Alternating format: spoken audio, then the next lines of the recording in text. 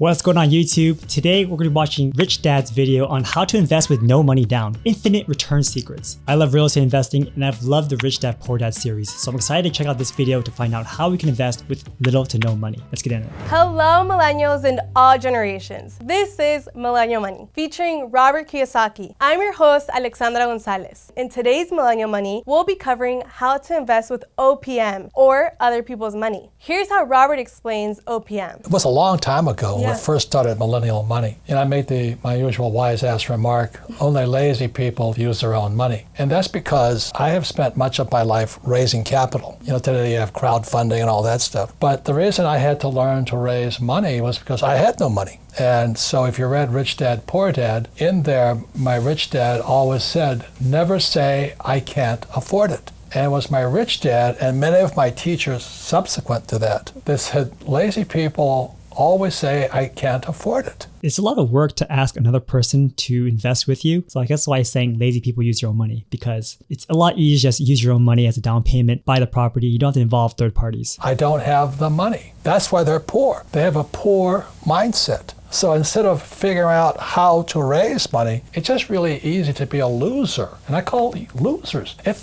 pisses them off because we all have the power, if we wanted to not be poor if we learned how to raise money. Learn how to raise money and learn how to find good deals. So I hear, and the reason I get upset, I still get hot like this. My poor dad, my PhD father, he always said to me, he says, I'd be a rich man if I didn't have you kids. And I said, well, Dad, it's not my fault you had kids. I just can't afford it because I have kids. Elon Musk has a bunch of kids and he's a multi-billionaire. And the more he said that, the angrier I got. So when I met my rich dad at age 9, he says, well, that's why your old man's poor, because he's lazy. He thinks his PhD is going to carry him. He says, everybody can say, I don't have money, I can't afford it. He says, that's why he's poor. He's lazy. But my father kept going back to school, Stanford, University of Chicago, Northwestern. He never learned any of this stuff. They still don't know it because most teachers want a paycheck, pension, and tenure. They want job security. So the mindset is different. And that's what they teach the kids. So the reason I say only lazy people use their own money is because it takes much more intelligence to raise capital. And so I've never been able, ever since my rich dad, since a little boy, my rich dad forbade me from ever saying I can't afford it.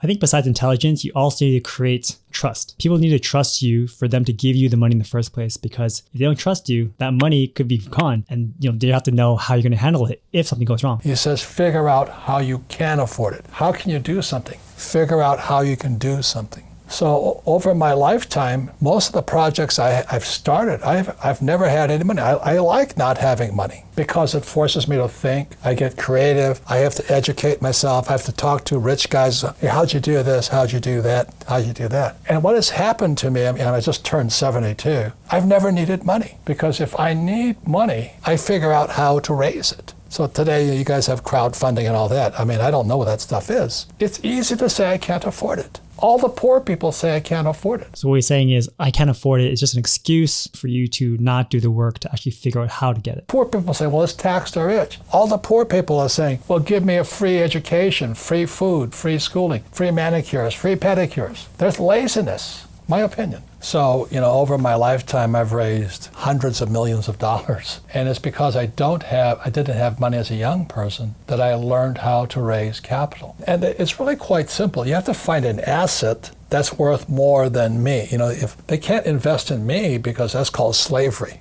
buy me, So what I do is, when I started off, I write about it in Fake. I started off looking for this one little piece of real estate. I found an excuse, this 1 bedroom, 1 bath condominium on the beach in Maui. And I found an excuse for people to give me the money. All I had to do is assure them I'd pay them back. So my first deal was an infinite return deal. I had no money in the deal because it was 100% debt. It was an $18,000 condo. You can't touch them for that much anymore, but the economy was bad. So I buy this $18,000 condo. The guy wanted 10% down.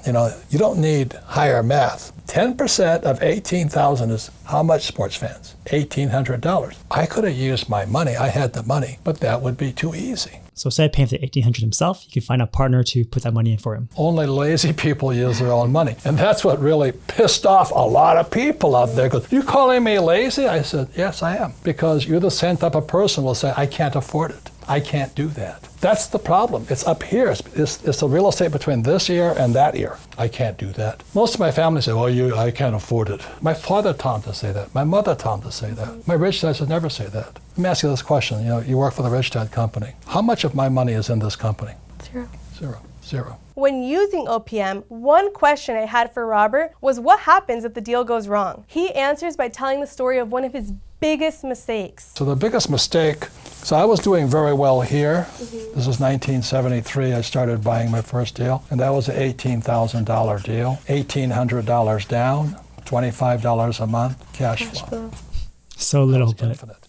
So it's nice. And then I kept doing that. I had a lot of property, and then I decided I'd go here. So my first business was a nylon and Velcro surfer wallet business, and it didn't sell. So everybody knows what those wallets are today, but back then, this is 1974 or 5, they didn't know what the wallets were. So we were going broke really fast. We bought 100,000 of these wallets from Korea. We shipped it to our warehouse in Long Island, and we were borrowing money from our investors. So we raised about $600,000 to get this little goofy wallet business up. So we were in serious trouble. I owed my father about $200,000. My rich dad was laughing at me. We were going broke so quickly because we couldn't move the wallets, 100,000 of them. They were sitting in this bonded warehouse on Long Island, and nobody would buy them from us. So then, the good thing about stupidity, there it is, makes you smarter. So I started thinking. We started thinking, so what's wrong? And I said, what was happening in the world at that time, all the baby boomers were fat, so they had to start running. So jogging was coming online, and nobody jogged before, because,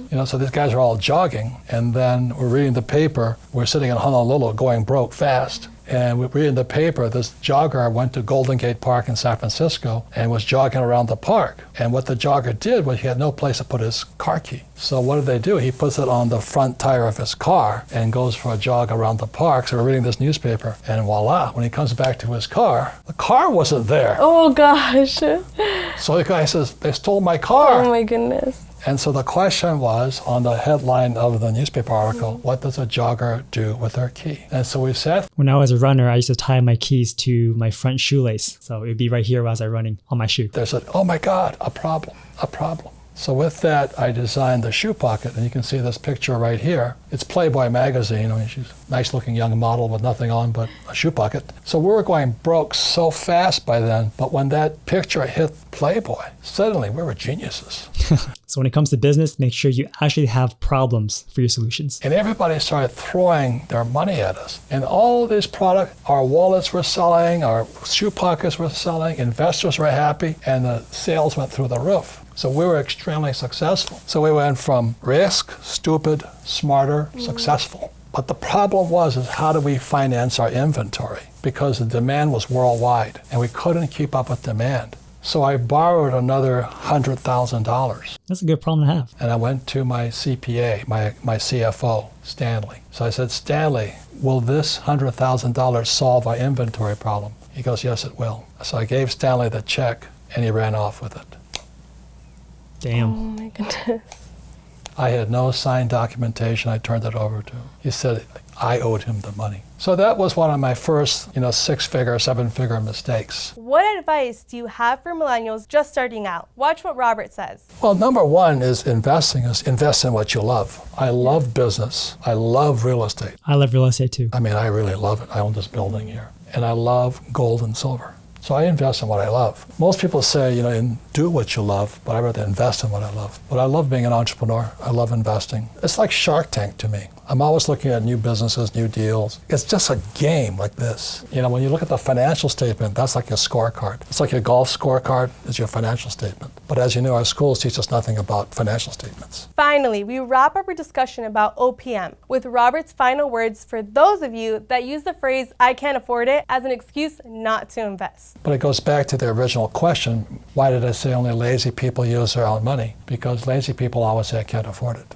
I can't do it. It's easy to say that, and that's why they're poor. It's harder to go raise $1 million than to say I can't afford it. Because when you say I can't afford it, then you don't have to worry about the problem anymore. So this is Robert Kiyosaki's take on how to make infinite returns. The long and short of it is you need to find ways to invest using other people's money, being able to raise funds from private money lenders to help cover the down payment for your real estate deals. To date, we've only done a few of those deals, and personally I've had mixed results. Sometimes they work really well, sometimes not so well. And it's those times when deals don't go the best is when your friendships get tested. So it's kind of hard to say, right? Like on the one hand, you can make a lot more money. You can scale a lot faster if you start using other people's money. But if things go bad, then you could potentially be losing friendships and relationships with some of your closest friends or your family members. So you have to consider, is potentially making more money worth the risk of losing that relationship? It's up to you. I hope you guys all liked this video. If you did, I highly consider you guys watching this video on where to put your money in the next half of 2022. Thanks for watching, guys. I'll see you next time. Take care.